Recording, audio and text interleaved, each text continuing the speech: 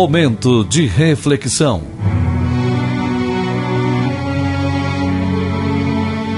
A Igreja Evangélica Palavra da Cruz em Sidrolândia traz uma mensagem de Deus para o seu coração, na voz do pastor Cláudio Morandi.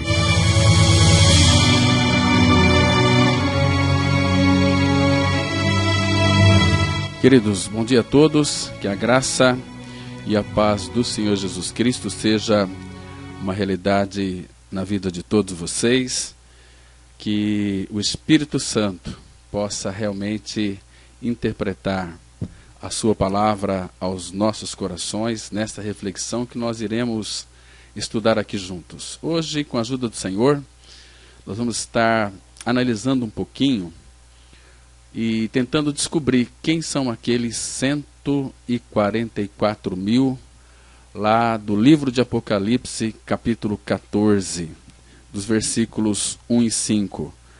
Agora, eu quero ressaltar uma coisa aqui bastante importante para que vocês realmente fiquem bastante focados e tenham um entendimento sobre este livro de Apocalipse. O livro de Apocalipse não é, como muitos dizem, um livro difícil.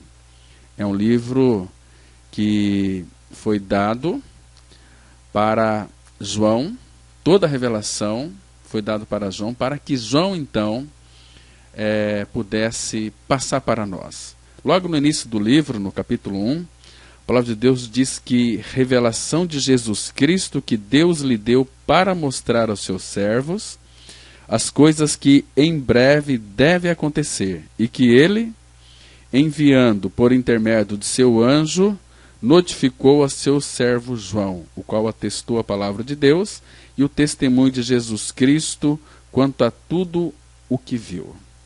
Agora, o versículo 3 é importante, ele diz assim: bem-aventurados aqueles que leem e aqueles que ouvem as palavras da profecia e guardam as coisas nela escritas, pois o tempo está próximo. Vamos ter nesse momento uma palavra de oração. Nosso Pai, nós entregamos esse tempo nas Tuas mãos. Pedimos a orientação do Teu Espírito para que ministre aos nossos corações. Conceda-nos espírito de sabedoria e de revelação para conhecer o Teu Filho Jesus de uma forma plena, eficiente, eficaz e mais profunda. Pai justo, se o Teu Espírito não iluminar as nossas mentes e corações e não interpretá-las para nós, nós vamos ficar no escuro da Tua palavra. Nós confiamos em Ti, dependemos de Ti, que Tu abras a Tua palavra para nós, para que a gente também possa entrar na realidade espiritual de Deus Pai, Deus Filho, Deus Espírito Santo. Edifica a Sua igreja. É o que nós Te pedimos, em nome do Senhor Jesus Cristo. Amém. Irmãos, então nesse estudo nós vamos estar analisando um pouquinho sobre sobre os 144 mil ali do livro de Apocalipse 14, versículo 1 até 5. Nós vamos já aproveitar esta oportunidade, vamos ler também aqui esses 5 primeiros versículos. E nessa oportunidade eu quero chamar a sua atenção para que você fique bastante concentrado, para que você fique bem atento, para que você não se distraia daquilo que vai ser dito nesta oportunidade. E esse tempo está diante do Senhor, e nós cremos que, como o próprio Senhor Jesus Cristo disse, que Ele mesmo iria edificar a sua igreja, então nós estamos em suas mãos, dependendo dele para que ele então faça a sua obra em cada um de nós. Vamos ler Apocalipse capítulo 14, os 5 primeiros versículos, que diz assim: olhei, e eis o Cordeiro em pé sobre o monte Sião. Eu queria que você guardasse bem essa expressão aqui: Cordeiro em pé sobre o monte Sião. E com ele 144 mil, tendo na fronte escrito o seu nome e o nome de seu pai. Ouvi uma voz do céu, como voz de muitas águas, como voz de grande trovão. Também a voz que ouvi era como de arpistas, quando tange as suas harpas. Entoavam um novo cântico diante do trono, diante dos 4 seres viventes e dos anciãos. E ninguém pôde aprender o cântico senão os 144.000 que foram comprados da terra. São estes os que não se macularam com mulheres, porque são castos. São eles os seguidores do Cordeiro por onde quer que vá. São os que foram redimidos dentre os homens, primícias para Deus e para o Cordeiro. E não se achou mentira na sua boca, não tem mácula. Ainda os versículos 14 e 16, que a palavra de Deus diz assim. 14 de Apocalipse, versículo 14 a 16. Olhei, e eis uma nuvem branca, e sentado sobre a nuvem, um semelhante ao Filho do Homem, tendo na cabeça uma coroa de ouro, e na mão uma foice afiada. Outro anjo saiu do santuário, gritando em grande voz para aquele que se achava sentado sobre a nuvem: toma tua foice e ceifa, pois chegou a hora de ceifar, visto que a seara da terra já secou. E aquele que estava sentado sobre a nuvem passou a sua foice sobre a terra, e a terra foi ceifada. Irmãos, neste estudo que vamos analisar juntos aqui, nós vamos considerar aquela que é a 4ª visão, a qual que nós encontramos aqui no capítulo 14 de Apocalipse. Nós constatamos que nesta visão de João, o assunto, ele de alguma maneira está mostrando o relacionamento do Senhor com a sua igreja. E esta visão, meus irmãos, ela é apresentada em 2 partes. Na primeira parte, nós vemos aqui o Cordeiro em pé sobre o Monte Sião. Juntamente com ele, os 144.000. Agora, na segunda parte, nós vemos um semelhante a Filho de Homem, sentado sobre a nuvem, passando sua foice afiada sobre a terra para ceifar a colheita. Meus amados irmãos, nós precisamos lembrar que o Monte Sião aqui referido não é o Monte Sião terreno. De fato, há um Monte Sião na terra onde o trono de Davi está estabelecido. Mas esta visão aqui refere-se ao Monte Sião no céu.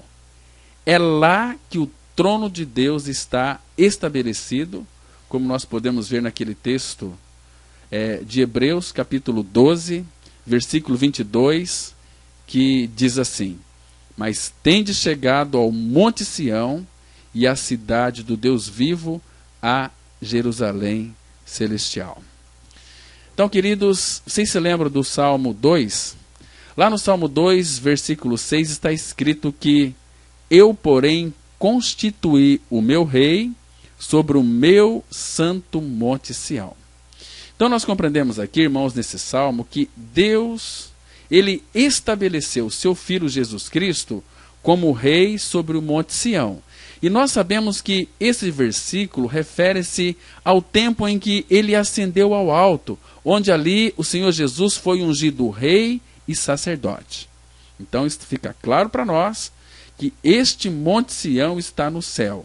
E ali nós encontramos o Senhor Jesus no trono. Então, ele está ali no trono em autoridade, ele está ali em poder e ele está ali em domínio. Por isso que o caminho para o Monte Sião é através do caminho da cruz. Porque na cruz nós vemos o Cordeiro. O Senhor Jesus, ele foi oprimido, ele foi afligido e ele jamais abriu a sua boca. E ele foi levado como um cordeiro para o matadouro e como uma ovelha muda nas mãos dos seus tosqueadores. E através dos sofrimentos da cruz, o nosso Senhor Jesus, ele chegou ao Monte Sião, que é o Monte Celestial. Agora, em Apocalipse capítulo 14, nos é dito que o Senhor não está sozinho no Monte Sião. Lá no capítulo 5 de Apocalipse, quando ele ascendeu ao céu, nós ouvimos como o Cordeiro em pé, que recentemente havia sido morto e que recebia o livro do Pai.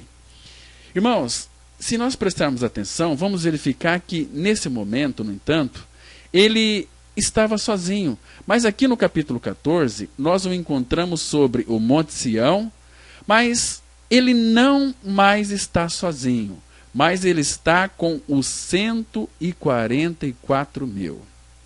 Amados irmãos, o Senhor Jesus, ele não precisa provar para ninguém que é vencedor, porque ele já o é. Mas, entretanto, ele provou ser vencedor na cruz do Calvário por mim e por você, não por si mesmo, mas por causa de sua vitória na cruz do Calvário, ele é capaz de levar muitos filhos à glória. A glória pertence a ele e é sempre dele. E foi por mim e por sua causa que Jesus teve que morrer, que ele teve que ser ressuscitado e que ele teve que conquistar aquela vitória sobre Satanás, sobre o mundo, sobre a carne, sobre o pecado, sobre todas as coisas. Agora, devido ao que Jesus realizou na cruz do Calvário, ele agora pode conduzir a nós, seus muitos filhos, à glória. Lembra daquele texto de Hebreus capítulo 2, versículo 10? Lá a Bíblia diz que convinha que aquele, por cuja causa e por quem todas as coisas existem, conduzindo os muitos filhos à glória, aperfeiçoasse por meio de sofrimentos o autor da salvação deles. Então, no capítulo 14 de Apocalipse, aqui nesse capítulo, nos é mostrado o Cordeiro em pé sobre o Monte Sião, com os 144 mil. Em outras palavras, o Senhor Jesus, ele conduziu muitos filhos ao trono. Agora, nós temos que fazer uma pergunta e tentar respondê-la com a ajuda do Senhor. Quem são os 144 mil? Todos nós sabemos que esse número encontra-se também lá em Apocalipse, capítulo 7. Mas o número mencionado no capítulo 7 de Apocalipse não se refere ao mesmo grupo de pessoas descrito aqui no capítulo 14. Por quê? Porque no capítulo 7, nós vemos que o grupo de 144 mil pessoas refere-se aos filhos de Israel. Lá são mencionados os nomes das tribos de Israel, e vemos que eles têm o selo do Deus vivo sobre suas cabeças. Eles são o remanescente dos judeus que Deus guardará durante a grande tribulação, o tempo da angústia de Jacó, que a palavra se refere. Mas aqui, no capítulo 14, o número 144 mil refere-se a outro grupo de pessoas.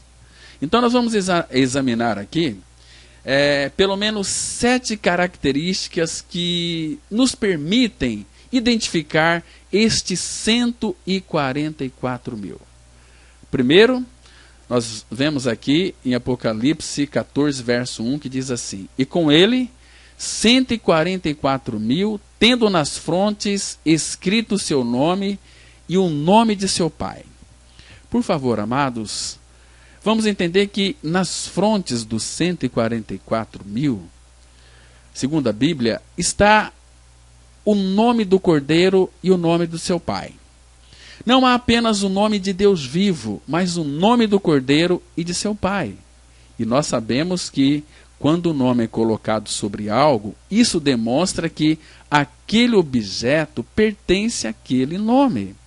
Por isso que, dessa forma, o nome escrito na fronte significa posse.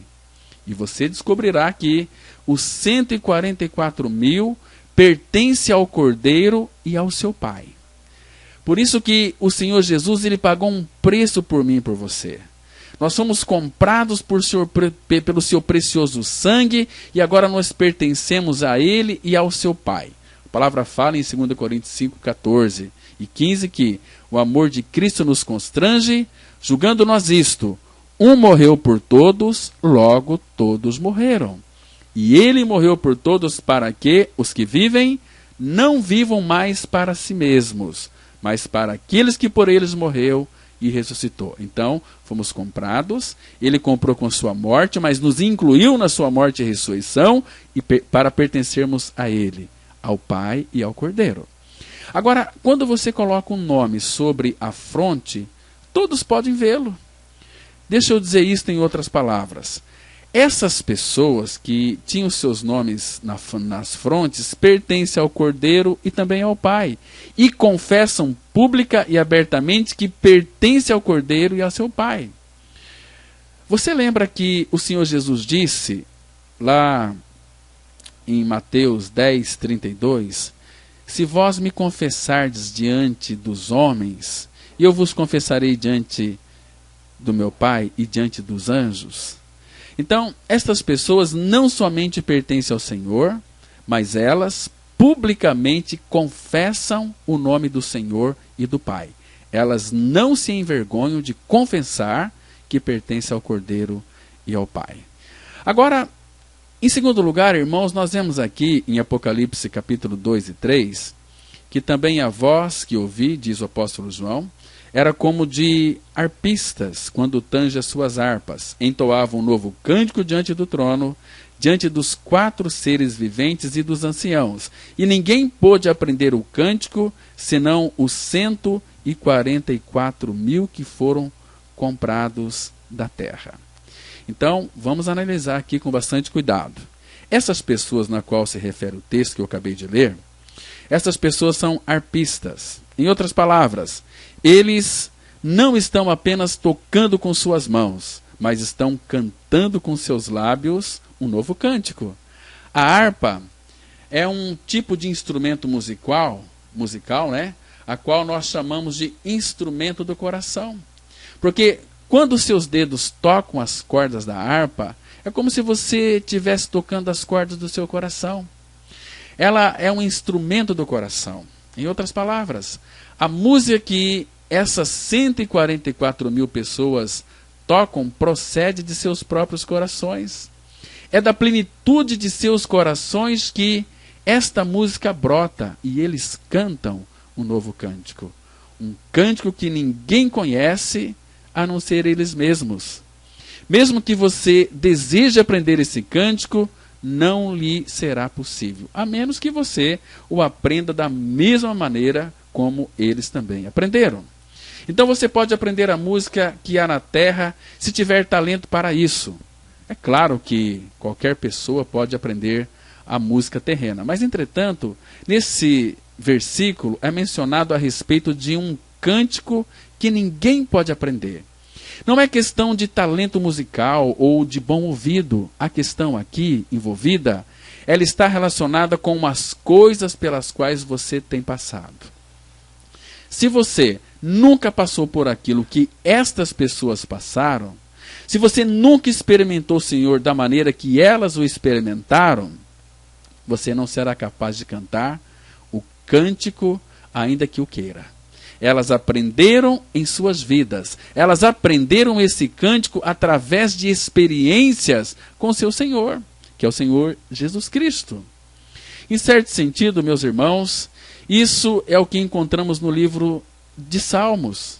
Os salmos da Bíblia, eles são diferentes da música deste mundo. Os salmos são expressões daqueles que têm experimentado a Deus em todas as circunstâncias. E devido a essas circunstâncias, eles conhecem a Deus de uma forma que ninguém conhece, e a partir dessa experiência, eles derramam músicas ali nos Salmos. Então aqui nós temos um cântico que somente os 144.000 podem cantar. Lembre-se que eles tocam a harpa e cantam os cânticos diante do trono, diante dos 4 seres viventes e também diante dos 24 anciãos. Queridos, em outras palavras, eles cantam e tocam diante de Deus. Quão grande é este privilégio, irmãos, tocar e cantar diante de Deus.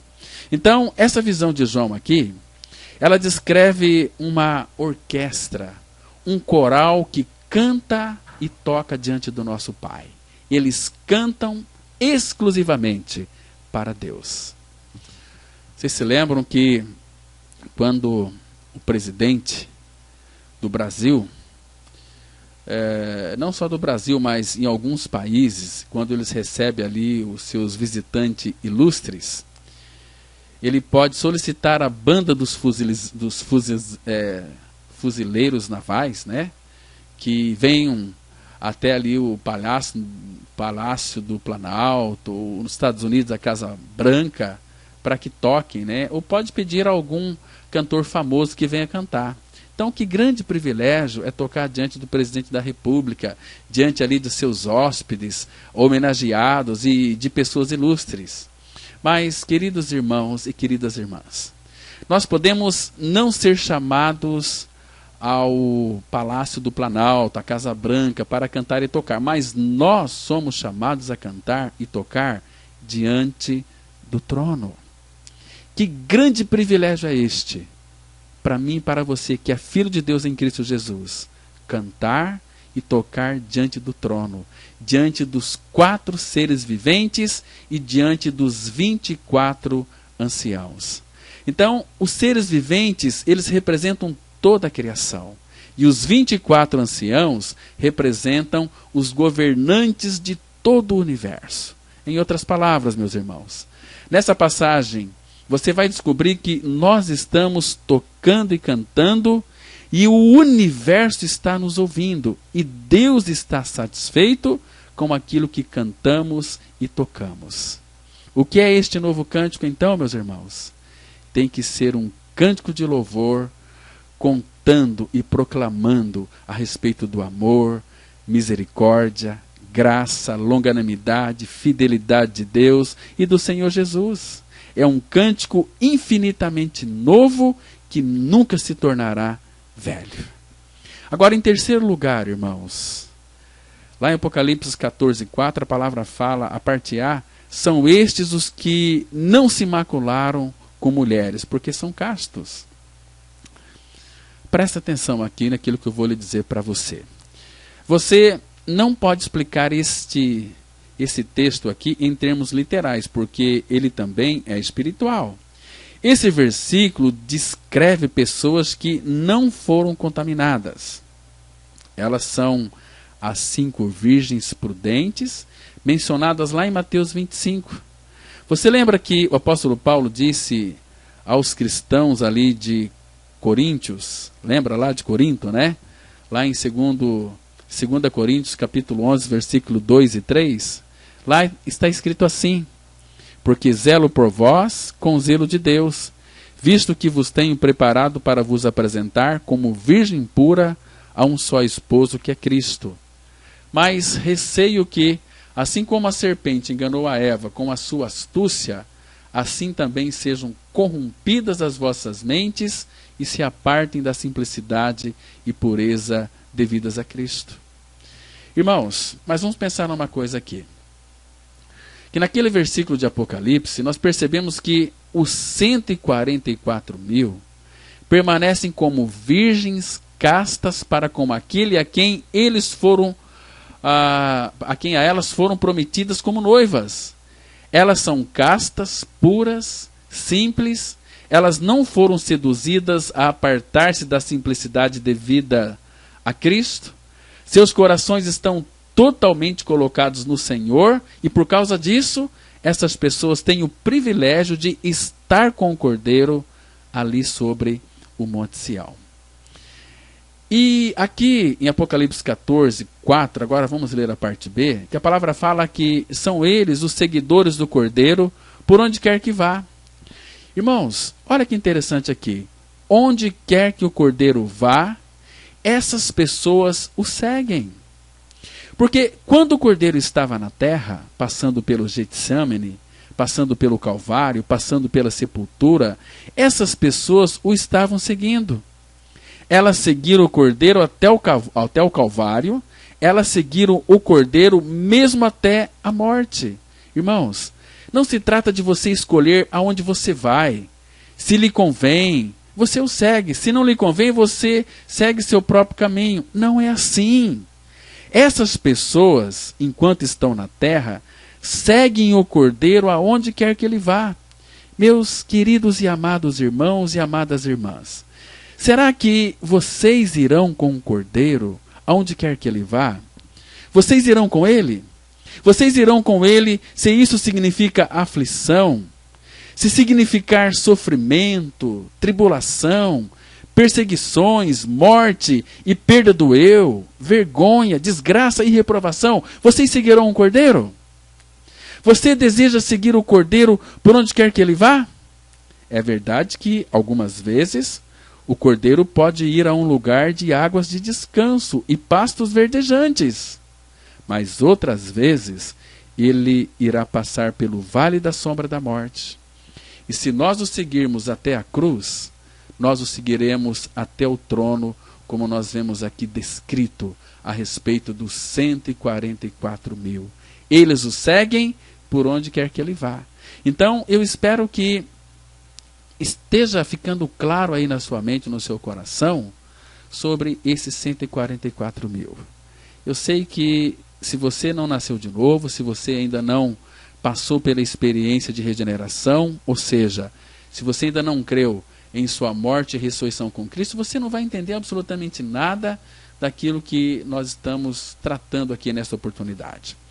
Mas vamos aqui para o quinto passo, irmãos. Aqui em Apocalipse 14, deixa a sua Bíblia aberta, o versículo 4, bem no finalzinho, que diz assim: são estes os que foram redimidos dentre os homens, agora presta atenção, primícias para Deus e para o Cordeiro.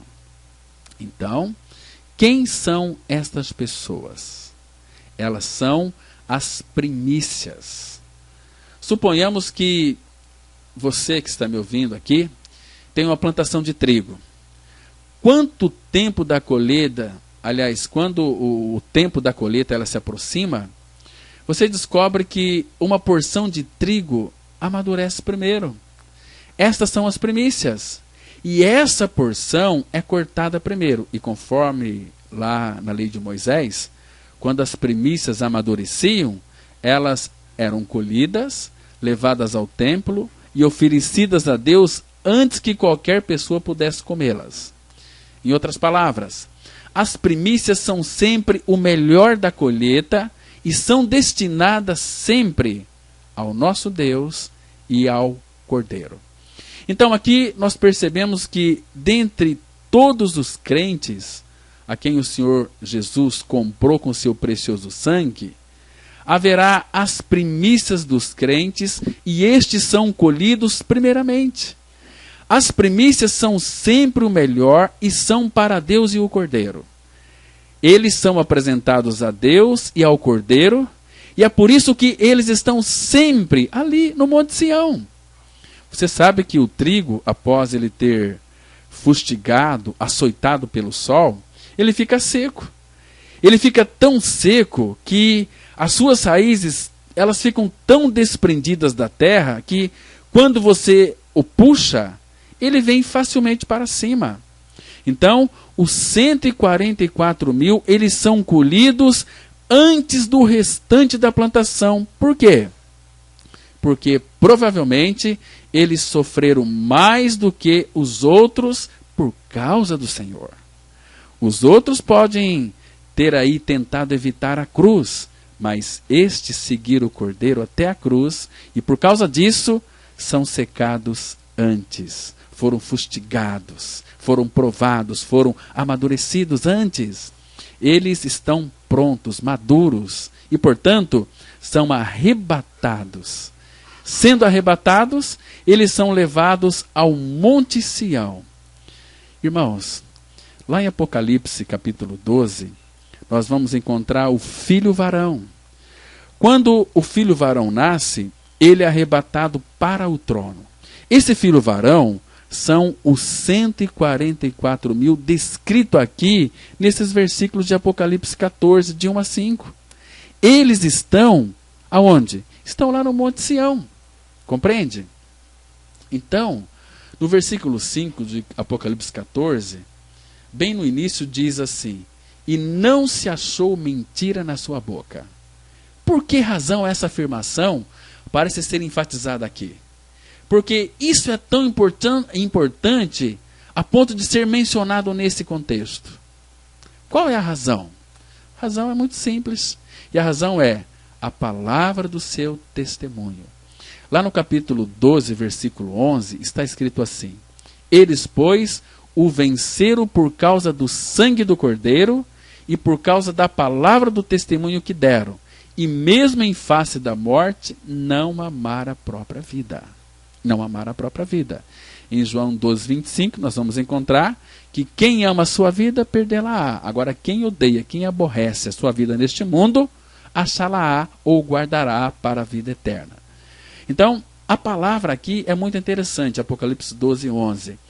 Eles o venceram por causa do sangue do Cordeiro e por causa da palavra do testemunho que deram.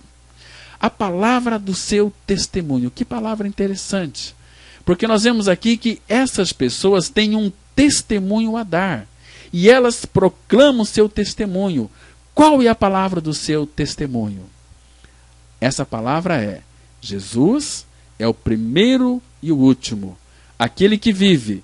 Ele é aquele que morreu e agora vive pelos séculos dos séculos e tem as chaves da morte e do inferno. Jesus é o Senhor. Amados, sempre que o inimigo das nossas almas, que é Satanás, quando ele atua, essas pessoas declaram a palavra do seu testemunho e Satanás é imediatamente derrotado. E por causa disso, as suas bocas são muito importantes. Se houver uma mentira em suas bocas, então a palavra do seu testemunho não será capaz de vencer. Eles falam a verdade. O que eles dizem é verdade. Não apenas objetiva, mas também subjetivamente. Subjetivamente porque eles têm a experiência de que morreram com Cristo. Em outras palavras, você pode dizer algo que seja verdadeiro, mas se você não tem experiência disso, então já não é tão verdadeiro. Porque quando você fala de algo que você já experimentou, isso é de fato verdadeiro, e se realmente é verdadeiro, tem efeito e vai produzir impacto. Irmãos, eu creio que este é o significado da expressão: e não se achou mentira em sua boca. Porque essas pessoas não falam simplesmente algo que é correto. Tudo o que elas dizem, elas o têm experimentado. E por ter experimentado, há poder por trás disso. Irmãos, quão importante é que nós tenhamos a palavra do nosso testemunho.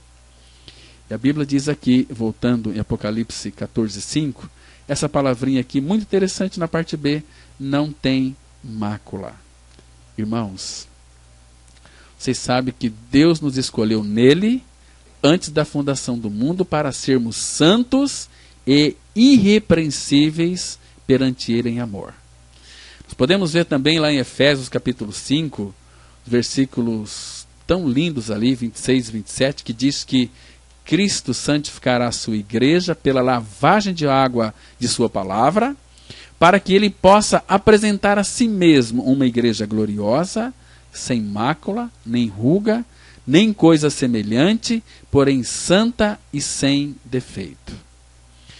Isso aqui, em outras palavras, o propósito de Deus é que sejamos irrepreensíveis diante dele, que não haja em nós nada que nos reprove. Irmãos, como podemos ser irrepreensíveis diante dele, se não por causa do sangue do Cordeiro? Irmãos, como ele nos purificou. Ele nos purificou de tal forma que estamos agora sem culpa. Deus não pode mais encontrar em nós qualquer culpa. E além disso, lembremos que tudo que ele faz por nós, ele o faz em amor. Eu quero que você considere o quanto ele nos perdoa por causa do seu amor. Ele tem o meio de nos levar-nos até o ponto de sermos santos e irrepreensíveis diante dele. E após nós termos examinado aqui pelo menos essas 7 características que descrevem os 144 aquelas 144 mil pessoas, resta-nos ainda uma pergunta. Quem são essas 144 mil pessoas? Afinal de contas, quem são elas? Elas representam os vencedores da igreja. 144 mil é um número múltiplo de 12. E 12 é um número perfeito. Em outras palavras, os 144 mil representam os vencedores da igreja através das épocas. Se considerarmos esse número aqui literalmente, nós estaremos afirmando que eles representam todos os vencedores. Mas eu não creio que possamos considerar esse número como se referindo literalmente a um grupo constituído por 144 mil pessoas. Uma vez que nessa passagem, esse número é usado como um número perfeito. Em outras palavras, meus irmãos, Deus terá os seus vencedores em número perfeito e em plenitude, apesar de tudo o que nós estamos vendo hoje. Então, quando nós olhamos para nós mesmos, quando nós olhamos para a Igreja de Deus de uma forma geral, algumas vezes nós nos perguntamos de que modo Deus terá algum dia os seus vencedores. Olha como é que está a igreja. Como será completado o número dos vencedores? Mas Ele sabe como obtê-los.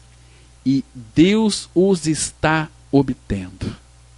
Aqui nós vemos os 144 mil em pé com o Cordeiro no Monte Sião.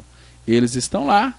Então, é através dos vencedores da igreja que o reino está sendo introduzido sobre a terra. É uma grande bênção que, pela graça de Deus, nós possamos ser colocados entre os 144 mil. Em outras palavras, meus irmãos, que nós possamos estar entre os vencedores da igreja. Isso é apenas uma parte da visão de nosso Senhor Jesus. O Cordeiro em pé com os 144 mil. E mais para frente, aqui no capítulo 14 de Apocalipse, o versículo 14, está escrito aqui a segunda parte da visão. Olhei, e eis uma nuvem branca, e sentado sobre a nuvem, um semelhante ao Filho do Homem. Agora, irmãos, observe aqui com bastante cuidado a diferença entre as duas partes da visão. Na primeira parte, você encontra o Monte Sião, que é o trono, mas aqui na segunda parte, você vê uma nuvem branca e sentado sobre ela encontra-se um semelhante a Filho do Homem. Vocês se lembram lá em Mateus 24, versículo 30? Ali o nosso Senhor Jesus ele disse o seguinte: e verão o Filho do Homem vindo sobre as nuvens do céu com poder e grande glória. Ou muita glória, como está descrito ali. Também, em Mateus 26, versículo 64, quando testificou perante o Sinédrio, Jesus disse o seguinte: desde agora vereis o Filho do Homem assentado à direita do Todo-Poderoso e vindo sobre as nuvens do céu. Irmãos, o Senhor Jesus, Ele virá com as nuvens do céu. Ele virá à terra cavalgando sobre as nuvens. Então nós podemos ver através disso que Ele desceu do Monte Sião para a nuvem. Você sabe que quando o Senhor Jesus Ele ascendeu aos céus, Ele partiu do Monte das Oliveiras e provavelmente cerca de ali 500 irmãos ouviram o Senhor Jesus subindo. Então eles ouviram sendo elevado às alturas por Deus. Ele começou a subir, e quando isso aconteceu, todos que estavam ali presentes, creio que uns 500 irmãos, olhavam para ele. Agora, quando ele tinha subido uma pequena distância, vocês sabem que uma nuvem o encobriu. E eles não podiam mais vê-lo. E a nuvem estava subindo mais e mais, mas eles não podiam mais vê-lo, porque ele estava oculto pela nuvem. Entretanto, estes homens da Galiléia olhavam e olhavam para o alto, para cima, mas aí 2 homens vestidos de branco apareceram e disseram uma coisa muito interessante para eles, que está relatado nas Escrituras, em Atos capítulo 1, o versículo 11, que diz assim: varões galileus, por que estáis olhando para as alturas? Esse Jesus que dentre vós foi assunto ao céu, assim virá do modo como o viste subir. Então, o modo pelo qual o nosso Senhor Jesus ele foi levado ao céu, será o mesmo pelo qual ele irá retornar. Como o Senhor Jesus foi elevado para as alturas? Ele foi tomado desde a terra, do Monte das Oliveiras até a nuvem. Então, esse aqui é o primeiro estágio. Agora, o segundo estágio é desde a nuvem até o céu, ou seja, até o trono. E o seu retorno se dará do mesmo modo, ou seja, ele primeiro descerá do céu, do trono, até a nuvem, e então o segundo estágio será da nuvem até a terra, sobre o Monte das Oliveiras. Agora, um detalhe interessante, que os 144.000 estavam em pé com o Cordeiro no Monte Sião, no céu. Isso significa, irmãos, que as primícias da igreja são arrebatadas até o trono no céu com o Cordeiro. Depois que isso tiver acontecido, haverá guerra nos ares, pois conforme está escrito em Apocalipse capítulo 12, após o filho varão ter sido arrebatado, houve peleja no céu, porque é nos ares que Satanás tem o seu quartel-general. Miguel e seus anjos vão pelejar contra Satanás e suas hostes, e não haverá mais lugar para Satanás nos ares. Ele será lançado ou jogado para a terra. Os ares serão limpados. Por que haverá essa limpeza, hein? Por quê? Sabe por quê? Porque isso acontecerá para que o Senhor possa descer para a nuvem, como as nuvens do céu, até os ares. Aqui você nota que o Senhor Jesus, ele já está descendo para a nuvem, mas ele ainda está assentado nela. Em outras palavras, a nuvem ainda não foi rompida e, portanto, você não pode vê-lo desta terra. Um dia ele irá romper a nuvem, e assim como o relâmpago, ele será visto por todo mundo. A palavra fala que todo mundo verá, e ele descerá sobre a terra. Amados, por que ele vem até a nuvem? Lembra lá de Apocalipse 14:14? Você pode ver que João, ele afirma ter visto sobre a nuvem um semelhante a filho do homem. Então, conforme eu já mencionei anteriormente, nós sabemos que esta descrição refere-se, sem dúvida alguma, ao Senhor Jesus. Contudo, nós percebemos que aqui no capítulo 14, ele tem uma coroa de ouro sobre a cabeça. Então, isso é de fato algo muito interessante. Apocalipse capítulo 1, versículo 13 e 14, está escrito que no meio dos candeeiros, um semelhante a filho do homem, a palavra fala que a sua cabeça e cabelos eram brancos como a alva lã, como neve. Então, queridos, nessa descrição, você pode-se ver aí os seus cabelos e não há nenhuma coroa. Agora, qual é o significado disso? Hebreus 2 vai dizer que o Senhor Jesus, após ter sofrido a morte por todos os homens, ele foi curado de glória e de honra. Em outras palavras, no que diz respeito ao Senhor Jesus, ele já está coroado. Ele está coroado de glória e de honra, mas por que motivo não vemos coroa alguma na descrição do capítulo 1? Por quê? É porque ele está de pé no meio dos 7 candeeiros de ouro. E ali nós o vemos em relação à igreja. Irmãos, entenda uma coisa, que aqui é o começo do período da igreja. E o Senhor está examinando, olhando para a sua igreja. E se ela for fiel, será coroada. Você lembra da promessa feita ao vencedor? Apocalipse 2:10? Que Jesus diz assim: "Sê fiel até a morte e dar-te-ei a coroa da vida." Então, irmãos, eu quero que vocês observem que a carta à igreja em Laodiceia, que ele diz assim: "Conserva o que tens, para que ninguém tome a tua coroa."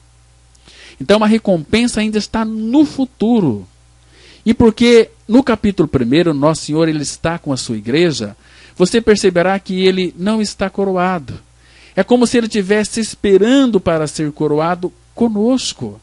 Agora, já aqui no capítulo 14 de Apocalipse, nós estamos no fim do período da igreja, porque o Senhor está vindo para ceifar a colheita, ou seja, o teste já foi feito. Quem será coroado, bem como quem não será, será decidido logo em seguida no tribunal de Cristo.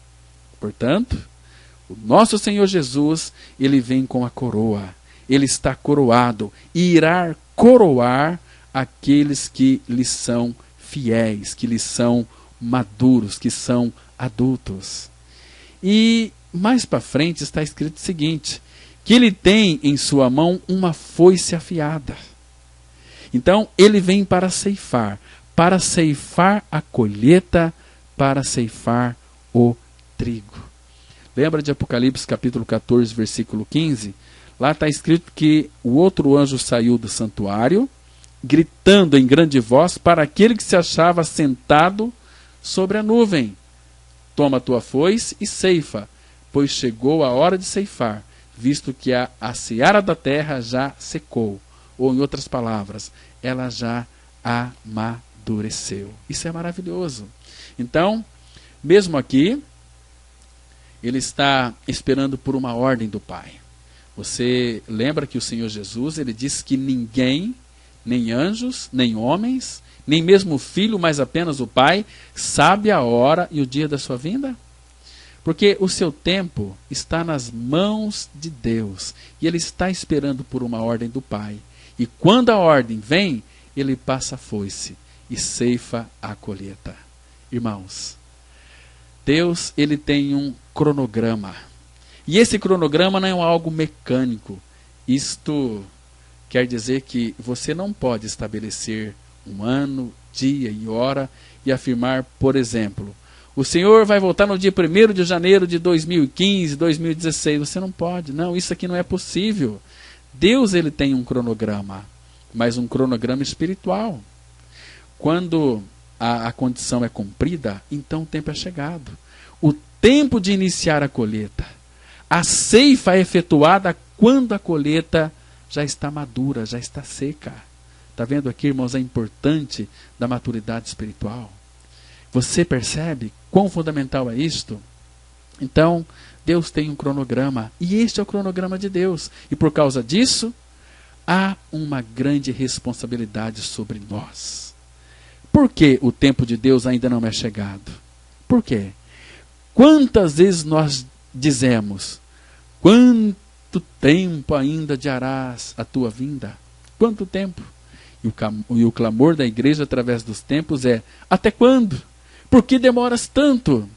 Meus irmãos e minhas irmãs, e meus amigos, o motivo dessa demora é porque o cronograma de Deus é vivo. Ele baseia-se em condições. E porque a igreja ainda não está pronta.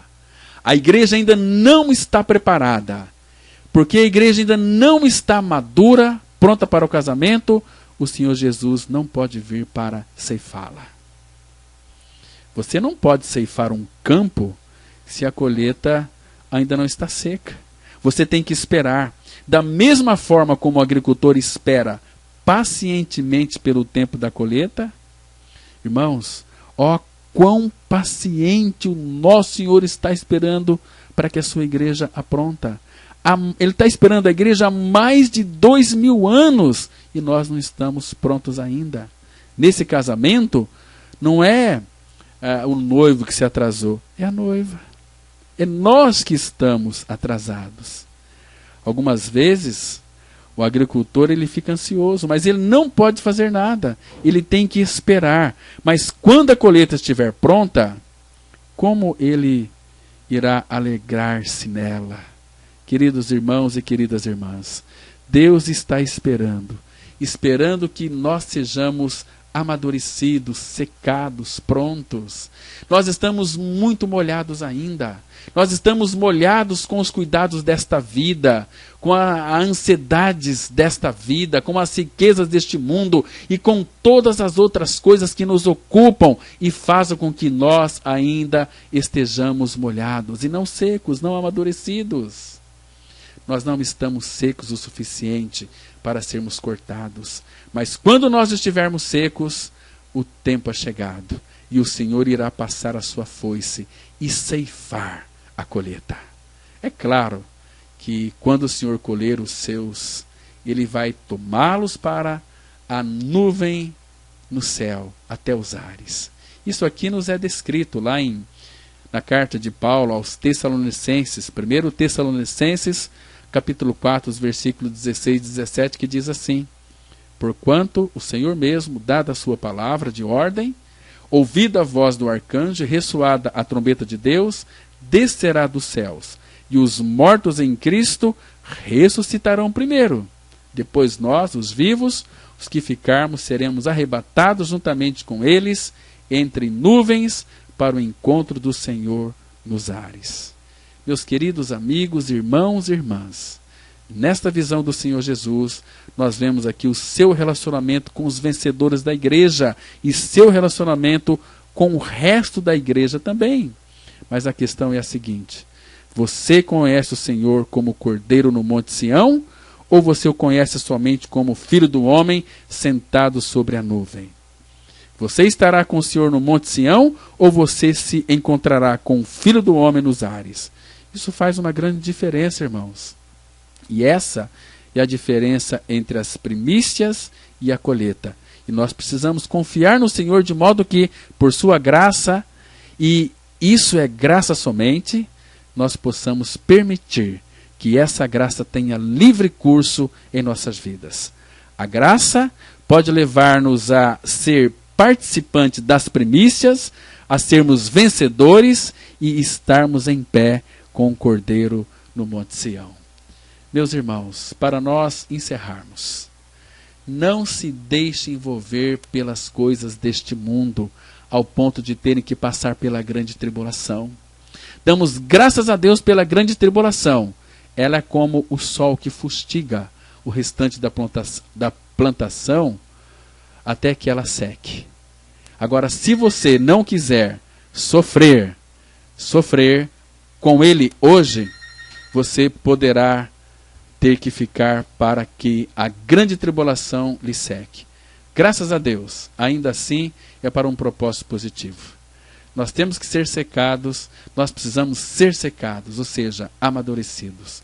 Por que não deixar que o Senhor comece a secar-nos hoje? Que o Senhor tenha misericórdia de nós, irmãos. Vamos ter uma palavra de oração.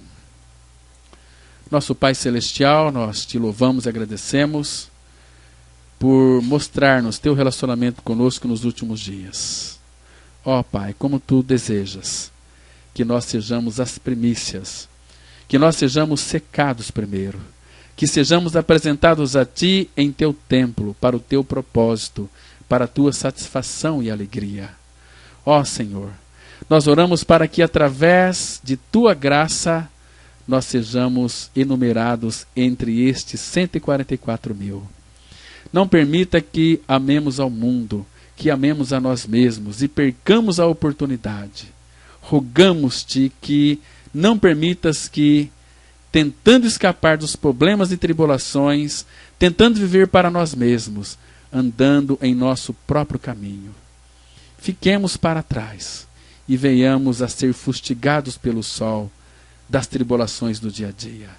Oh, meu Pai, dai-nos visão para que tenhamos um coração sábio, para que te sigamos hoje. Dai-nos visão para que te sigamos aonde quer que tu vás, para que estejamos onde estiveres e fiquemos onde quer que ficares. Nós te pedimos, agradecidos, em nome de teu Filho Jesus. Amém. Que Deus abençoe a todos vocês. Bom dia, graça e paz.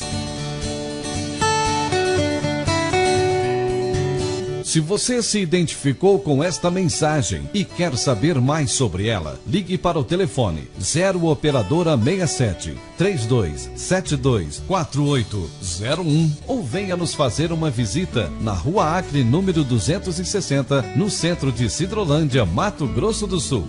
Cultos toda quarta-feira às 19h30. Reunião de oração toda sexta-feira às 19h30. E aos domingos, cultos às 9h e às 19h30. Que o Deus da graça e misericórdia vos abençoe sempre. E até a próxima mensagem. Graça e paz.